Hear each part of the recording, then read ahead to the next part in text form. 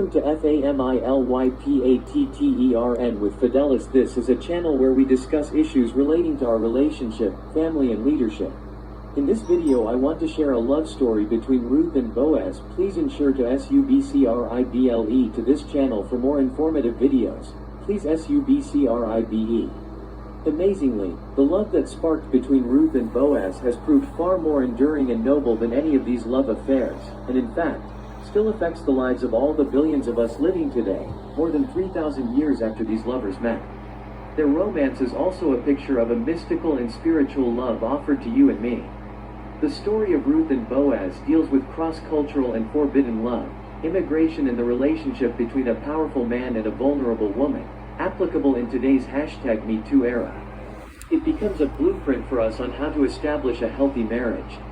By any of these measures, the love story of Ruth and Boaz is worth knowing. Their love is recorded in the book of Ruth in the Bible.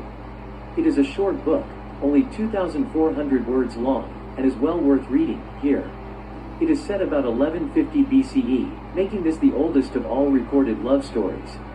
It has been made into several films. Hollywood movie depicting the Ruth love story. The love story of Ruth. Naomi and her husband with their 2 sons leave Israel to escape drought and settle in the nearby country of Moab, today's Jordan. After marrying local women, the 2 sons die, as does Naomi's husband, leaving her alone with her 2 daughters-in-law. Naomi decides to return to her native Israel, and one of her daughters-in-law, Ruth, chooses to accompany her. After a long absence, Naomi is back in her native Bethlehem as a destitute widow accompanied by Ruth, a young and vulnerable Moabite immigrant. Ruth and Boaz meet bereft of income. Ruth goes out to gather grain left behind by the local harvest crews in the fields. The law of Moses, as a social safety net, had ordained harvesters to leave some grains behind in their fields so the impoverished could gather food. Randomly, it would seem, Ruth finds herself picking grains in the fields of a wealthy landowner named Boaz. Boaz notices Ruth among the others working hard to gather up the grains left behind by his work crews. He instructs his foreman to leave extra grain behind in the field so that she could gather more. Ruth and Boaz meet. Much art has been done depicting their meeting. Ruth and Boaz meet. Much art has been done depicting their meeting because she can gather plentifully in his fields. Ruth comes back to Boaz's fields every day to gather leftover grain. Boaz, ever the protector, ensures that Ruth is not harassed or molested by any of his crews. Ruth and Boaz are interested in each other, but because of differences in age, social status, and nationality, neither makes a move. Here Naomi steps in as matchmaker. She instructs Ruth to boldly lay down by Boaz's side at night after he has celebrated the harvest gathering. Boaz understands this as a marriage proposal and decides to marry her. Kinsman redeemer, but the situation is more complicated than simply love between them. Naomi is a relative of Boaz, and since Ruth is her daughter-in-law, Boaz and Ruth are kin by marriage. Boaz must marry her as a kinsman redeemer. This meant that under the law of Moses he would marry her in the name of her first husband, Naomi's son, and so provide for her. This would entail that Boaz purchase Naomi's family fields. Though that would prove costly to Boaz, it was not the biggest obstacle. There was another closer relative that had first rights to buy Naomi's family's fields, and also thus marry Ruth. So the marriage of Ruth to Boaz hung on whether another man wanted the responsibility to care for Naomi and Ruth. At a public meeting of the city elders, this first-in-line declined the marriage since it put his own estate at risk. Boaz was thus free to purchase and redeem Naomi's family estate and marry Ruth. Legacy of Ruth and Boaz: in their union they had a child, Obed, who in turn became the grandfather of King David. David was promised that a Christ would come from his family.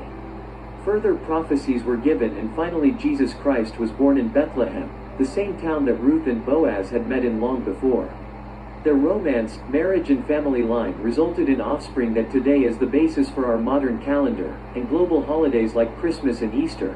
Not bad for a romance in a dusty village over 3,000 years ago. Picturing a greater love story, the chivalry and respect with which the rich and powerful Boaz treated Ruth, the destitute foreign woman, is a model contrasting the harassments and exploitations now common in our #MeToo day. The historical impact of the family line which this romance and marriage produced, detectable every time we note the date on our devices, gives this love story an enduring legacy. But the Ruth and Boaz love story is also a picture of an even greater love, one you and I are invited into. The Bible describes us in a manner evoking Ruth when it says, "I will plant her for myself in the land. I will show my love to the one I called, not my loved one." Hosea chapter 2 verse 23. The Old Testament prophet Hosea, ca. 750 BC, used the reconciliation in his own fractured marriage to picture God reaching out to us with his love. Like Ruth, who entered the land as one unloved, but then was shown love by Boaz, he desires to show his love even to those of us who feel far from his love. This is quoted in the New Testament, Romans chapter 9 verse 25, to show how God reaches wide to love those far from him. How is his love shown? Jesus, that descendant offspring from Boaz and Ruth, is God come in the flesh and is thus our kinsman, just as Boaz was to Ruth. Jesus paid our debt of sin to God on the cross, and thus he gave himself for us to redeem us from all wickedness and to purify for himself a people that are his very own, eager to do what is good. Titus chapter 2 verse 14. As Boaz was a kinsman redeemer, who paid a price to redeem Ruth, Jesus is our kinsman redeemer, who paid with his life to redeem us. A model for our marriage is the way Jesus and Boaz paid to redeem and then win his bride models how we can build our marriages. The Bible explains how we establish our marriages. Submit to one another out of reverence for Christ. Wives, submit yourselves to your own husbands as you do to the Lord. 23. For the husband is the head of the wife as Christ is the head of the church, his body, of which he is the Savior. 24. Now as the church submits to Christ, so also wives should submit to their husbands in everything. 25. Husbands, love your wives, just as Christ loved the church and gave himself up for her. 26. To make her holy, cleansing her by the washing with water through the word. 27. And to present her to himself as a radiant church, without stain or wrinkle or any other blemish, but holy and blameless.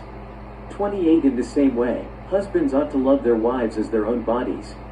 He who loves his wife loves himself. 29. After all, no one ever hated their own body, but they feed and care for their body, just as Christ is the church. 30. For we are members of his body.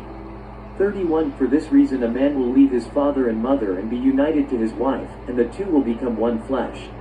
32. This is a profound mystery, but I am talking about Christ and the church. 33. However, each one of you also must love his wife as he loves himself, and the wife must respect her husband. Ephesians chapter 5 verses 21 to 33. As Boaz and Ruth established their marriage on love and respect, and Jesus' care for the church is a model for husbands to love their wives sacrificially, so we do well to build our marriages on these same values. A wedding invitation for you and me. As in all good love stories, the Bible concludes with a wedding. Just as the price that Boaz paid to redeem Ruth paved the way for their wedding, the price that Jesus paid has paved the way for our wedding. That wedding is not figurative but real, and those accepting his wedding invitation are called the bride of Christ. As it says, "Let us rejoice and be glad and give him glory. For the wedding of the Lamb has come, and his bride has made herself ready." Revelation chapter 19 verse 7. Those who receive Jesus' offer of redemption become his bride. This heavenly wedding is offered to all of us. The Bible ends with this invitation for you and me to come to his wedding. The Spirit and the bride say, "Come." And let the one who hears say, "Come." Let the one who is thirsty come, and let the one who wishes take the free gift of the water of life. Revelation chapter 22 verse 17. The relationship between Ruth and Boaz is a model of love that is still making itself felt today. It is a picture of the heavenly romance of God who loves us. He will marry as his bride all who accept his marriage proposal.